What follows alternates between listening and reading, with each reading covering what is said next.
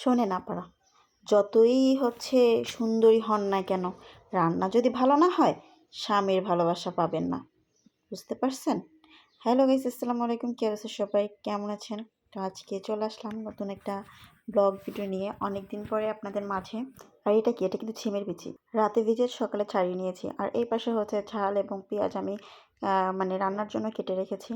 আর এটা আমি কিভাবে রান্না করব সেটা কিন্তু অনেকেই কমেন্টস করে অনেকভাবে বলেছেন যে আপনাদের ঐতিহ্যবাহী যশোরের যে সিমের বিচি রান্নাটা ডিম দিয়ে, এটা কিভাবে আপনারা রান্না করেন। তো আজকে চলেন সেটা দেখা। এখানে মশলা বাটা, এখানে জিরা এবং রসুন বাটা, এখানে শুকনো লঙ্কা যেটা বলা। এর পাশে আমি একটা বেগুন পুড়িয়ে রেখেছি, এটা কিন্তু গ্যাসের চুলায় পোড়ানো হয়েছে। তো একটা কাঁটা চামচ দিয়ে 4-5টা ফুটা করে তার ভিতর তেল মাখিয়ে গ্যাসের চুলায় দিয়ে দিলাম, হয়ে গেল ব্যাস। আর এই সাইডে আমি একটা কড়াই নিয়েছি, তেল দিব এখন। কি বিরক্ত লাগছে? চলেন রান্নাটা স্টার্ট করা যাক। এই যে আমি এখন তেল দিলাম, এর ভিতরে পেঁয়াজ কুচি দিয়ে দিলাম। তার 1 সেকেন্ড পেঁয়াজ কুচিটা একটু নাড়াচাড়া করে হালকা হালকা যে ভাজা ভাজা হবে মানে সাইড থেকে, তখন আর কি এটার ভিতরে মশলাগুলো দিব এক এক করে। রসুন বাটা, আদা বাটা, জিরা বাটা এবং শুকনো যে মরিচ আছে ওইটা বাটা, পরিমাণ মতন আপনারা যে যেরকম করে ঝাল খান আর কি। তো এর ভিতরে লবণ দিয়ে দিলাম স্বাদ মতন করে। তো এটা আরও সুন্দর করে নাড়াচাড়া করে কষিয়ে নিতে হবে ভালো করে। আর রান্নার মূল টেকনিকটা যে যত প্রকারের কষানো হবে তত বেশি মজা হবে। তার ভিতরে এই যে সিমের বিচিটা ঢেলে দিয়ে নেড়ে চেড়ে ভালো করে আরও সুন্দর করে কয়েক মিনিট করে কষাতে হবে। তো কষানোর পরে আমার যখন কষানোটা হয়ে যাবে তখন একটা ফ্লেভার বের হবে, খুব সুন্দর একটা ফ্লেভার। তো এর ভিতরে গোশ রান্নার মতন ফ্লেভার বের হওয়ার জন্য এখানে দারুচিনি এবং এলাচ, তেজপাতা এগুলো দিয়ে দিতে হবে। তো আমি একটা জায়গায় থেতো করে নিচ্ছি এলাচ এবং দারুচিনিটা, কারণ ওটা ভাঙার থেকে একটু থেতো করে দিলে বেশি ফ্লেভারটা বের হয়। তো এটা দিয়ে দিলাম এবং আলুটা আমি আলাদা করে কেটে রেখেছিলাম, সেটাও ওর মধ্যে দিয়ে একটু নাড়াচাড়া করতে হবে। তো ওটাকে ভালো করে কষাতে কষাতে একদম ফুল ভাজা ভাজা করে ফেলতে হবে। তেল উঠে যাবে এক কথায় বলা যায় গায়ের মধ্যে। তো সেটা আবার মনে করেন না যে কার গায়ের মধ্যে তেল উঠবে। এই যে তরকারিটা রান্না করতেছি, তরকারিটা একদম কষানোর পরে নিচ থেকে একটা তেল বের হবে। তো কষানোটা শেষ হয়ে যাওয়ার পরে পরিমাণ মতো পানি দিয়ে দিলাম। আর একটু এটাকে কষানোর জন্য, কারণ এটা সিদ্ধ হতে হবে তো, তাই না? তারপরে ভালো করে যখন একদম একটু হালকা সেজে সেজে যাবে, তারপরে স্টেপের কথা পরেই বলতেছি।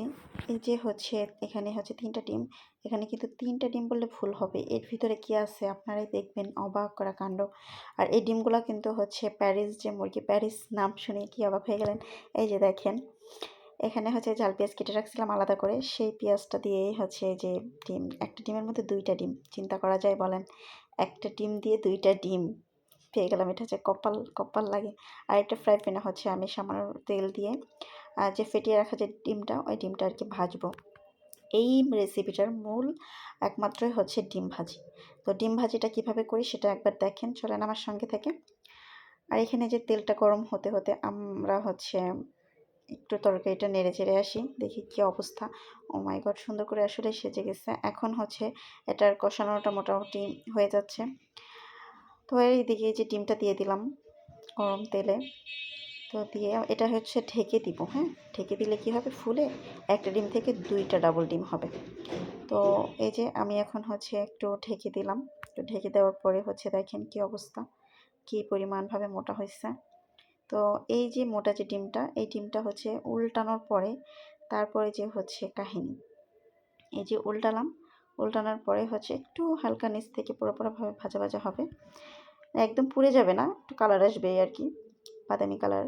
তো তারপরে ডিমটাকে ভাজ করব, হাত দিয়ে না, ওই খুন্তি দিয়ে ভাজ করব। ভাজ করার পরে তারপরে দেখেন কি অবস্থা, দেখতে থাকেন কিন্তু আমার সাথে থেকে, মিস করা যাবে না। হ্যাঁ, চোখের পলক ফেলেন না। তো এই যে এখন ডিমটা ভাজ করতেছি, ভাজ করে সুন্দর করে পাটিসাপটার পিঠা যেরকম বানান না, ঠিক সেম ওইতে আপনারা করবেন। তো এইভাবে আমি করার পরে এপাশ ওপাশ উল্টানোর পরে আমি পিচ করে নিব। খুন্তি দিয়ে পিচ করা যায় বা এমনিতে ছুরি দিয়ে পিচ করা যায়। অত নাটক করার সময় নেই আমার, যে আমি খুন্তি দিয়েই ওনাকে হ্যাপি বার্থডে করে দিলাম। তো তারপরে ডিমটা সুন্দর মতন ভাজা হওয়ার পরে আমি কিন্তু এভাবে কয়েকবার করে, মোট আমি 3 পিস ডিম এরকম করেছি। তো আমার 3টা ডিম তো 4টা হয়েছে, তো সেক্ষেত্রে হচ্ছে আমি আলাদা আলাদা করে নিয়েছি। এগুলো যখন ভাজাটা হয়ে গেছে, হওয়ার পর এগুলো নামানো। এই যে দেখেন ডিমগুলো কীভাবে ভাজলাম সেটা তো দেখালামই। তারপরে হচ্ছে চলে আসি রান্নাতে। তো আমি এখানে হচ্ছে কষানোর পরে পানি দিয়ে দিয়েছি পরিমাণ মতন, ঝোলের পানিটা। তো এটা যখন হালকা একটু টকবক করে ফুটবে, তেজপাতা কি আপনারা দেখেননি কেউ? এটা হচ্ছে মনে হয় ভিতরে রয়ে গেছিলো। যাই হোক, এখন হচ্ছে ভেসে উঠছে, মানে সব মশলা দেখালাম, তেজপাতা দেখালাম না। তেজপাতা এমনভাবে রয়েছে যে দেখো আমাকে, দেখো আমাকেও কিন্তু দিছে। এই যে আমি এখন ডিমগুলো ঠিক মাছের মতন করে দিয়ে দিলাম। আমরা যেমন ঝোলের পানির মধ্যে হচ্ছে মাছগুলো দিই, ঠিক ওই রকমভাবে ডিমগুলো সাইড করে দিয়ে দিলাম। তো দেওয়ার পরে একটা ঢাকনা দিয়ে আমি সুন্দর করে এটা হচ্ছে একটু হালকা নেড়ে তারপরে হচ্ছে ঢেকে দিব। তো ঢেকে দেওয়ার পরে আর কি, এই যে আমার রান্না রেডি। সো গাইস, কেমন হইলো আপনারা কিন্তু অবশ্যই কমেন্টস করে জানাবেন। আর এই রান্নাটা যে একবার খাবে তার জিভে মানে লেগে থাকতে হবে মজাটা। আর এই পাশে হচ্ছে আমি সেই কাঙ্ক্ষিত বেগুন ভর্তাটা করে নিলাম। ওকে, সবাইকে অনেক ধন্যবাদ। আল্লাহ হাফেজ সবাইকে।